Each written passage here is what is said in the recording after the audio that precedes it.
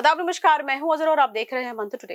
बिहार में पंचायत चुनाव की तैयारियां अब एक नए चरण में पहुंचती दिखाई दे रही है। चुनाव से पहले पंचायतों के परिसीमन की ऑनलाइन प्रक्रिया शुरू कर दी गई है। पंचायत मुख्यालय से लेकर राजस्व ग्राम तक की जानकारी अब पोर्टल पर दर्ज की जा रही है। लेकिन सवाल है कि इस परिसीमन से क्या बदलेगी और इसका पंचायत चुनाव पर क्या असर पड़ेगा। देखिए हमारी ये खास रिपोर्ट में। तो पहला आपको बताते हैं कि बिहार में पंचायत चुनाव को लेकर प्रशासनिक गतिविधियां तेज हो गई है। चुनाव से पहले पंचायतों के परिसीमन की प्रक्रिया को आगे बढ़ाया जा रहा है और अब इसका काम डिजिटल तरीके से शुरू हो चुका है। राजस्व निर्वाचन आयोग ने जिला और प्रखंड स्तर के अधिकारियों को परिसीमन से जुड़े ऑनलाइन प्रविष्टियां समय पर पूरा कराने का निर्देश दिया है। इसके लिए अधिकारियों के साथ तकनीकी टीमों को भी जिम्मेदारियां सौंप दी गई है। पंचायत मुख्यालय, राजस्व ग्राम और उनसे जुड़ी जरूरी जो जानकारी है निर्धारित पोर्टल पर दर्ज की जा रही है। यानी आने वाले पंचायत चुनाव के लिए गांवों और पंचायतों से जुड़े आंकड़ों को डिजिटल रूप में व्यवस्थित किया जा रहा है।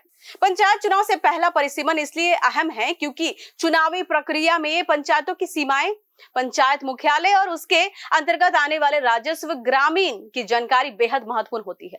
अब इसी पूरी जानकारी को ऑनलाइन दर्ज किया जा रहा है ताकि चुनावी तैयारियों का अलग चरण शुरू कर दिया जा सके। दरअसल परिसीमन की प्रक्रिया में पंचायतों से जुड़े क्षेत्रों और राजस्व ग्रामों की जो स्थितियां हैं को व्यवस्थित किया जाता है। आयोग के निर्देश के मुताबिक ऑनलाइन डेटा एंट्री के दौरान उपलब्ध रिकॉर्ड्स और आंकड़ों की जो जांच के बाद ही जानकारी पोर्टल पर अपलोड करानी होगी।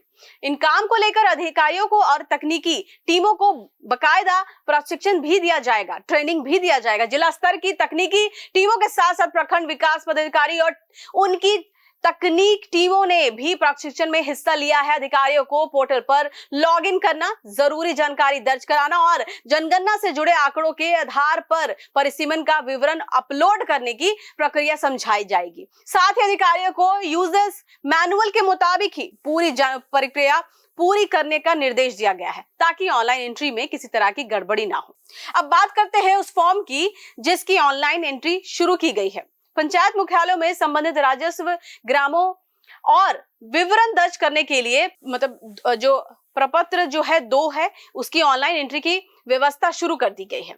संबंधित अधिकारी अपना यूजर्स आईडी और पासवर्ड के जरिए पोर्टल पर लॉगिन करके और जरूरी जानकारी दर्ज करेंगे। उसमें प्रपत्र 2 में जो दर्ज होने वाली जानकारी परिसीमन की प्रक्रिया का महत्वपूर्ण हिस्सा है, इसलिए अधिकारियों को डेटा भरते समय विशेष सावधानी बरतने का निर्देश दिया गया है। वहीं अगर ऑनलाइन एंट्री के दौरान तकनीकी समस्या आती है तो अधिकारियों को इसकी सूचना तुरंत राज्य निर्वाचन आयोग को देना का कहा गया है कि उनको तुरंत बता देना है कि दिक्कत हो रहा है।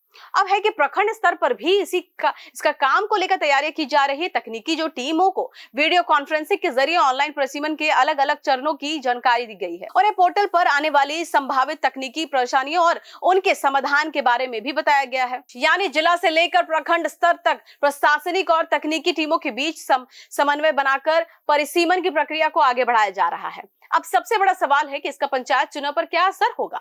तो परिसीमन का काम पूरा होने के बाद पंचायत चुनाव की आगे की तैयारियों को बढ़ाने का आसान होगा, क्योंकि चुनाव से पहले पंचायतों और उनके अंतर्गत आने वाले क्षेत्रों से जुड़े रिकॉर्ड को व्यवस्थित और अपडेट करना जरूरी होगा।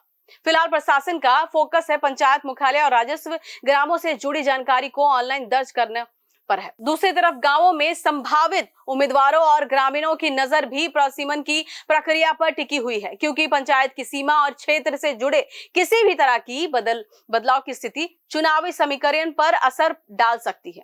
कुल मिलाकर बिहार पंचायत चुनाव से पहले परिसीमन की प्रक्रिया अब डिजिटल मोड में आगे बढ़ रही है। जिला और प्रखंड स्तर पर अधिकारी और तकनीकी टीमों जो डेटा एंट्री के काम में जुटे हुए हैं।